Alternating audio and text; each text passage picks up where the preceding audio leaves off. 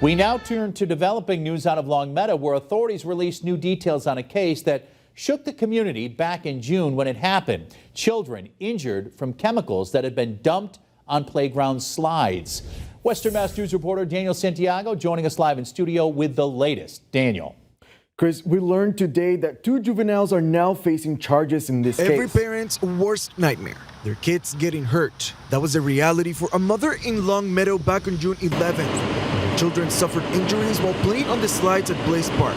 Almost 5 months later, a grand jury has now returned indictments against 2 juveniles believed to be responsible for pouring the chemicals on the slides. Once we learned the culpable parties were juveniles, along with Mass State Police and the FBI, a collaborative effort was made to identify those who were responsible and bring them to justice. Western Mass News is getting answers from Longmeadow Police Chief Robert Stocks. He tells us what led them to the suspects. A lot of this was good old-fashioned investigative work. This incident in particular took a little longer than normal. We found many members of the community may have had information, however, they were a little reluctant to come forward.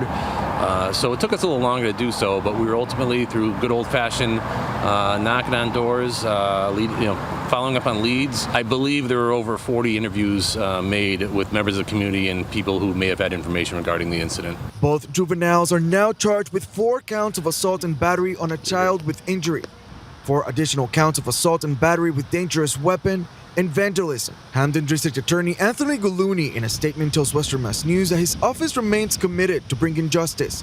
He says, in part, our collective effort to charge those we believe are responsible should make clear that protecting this community's children is among our highest priorities. Whether the threat and harm caused were intended as pranks or malicious acts, it will not be tolerated.